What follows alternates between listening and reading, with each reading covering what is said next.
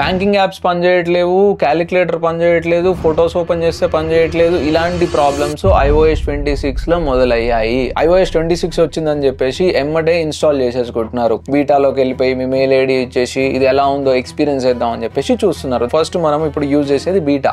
యాక్చువల్గా original version ఎప్పుడు వస్తుంది?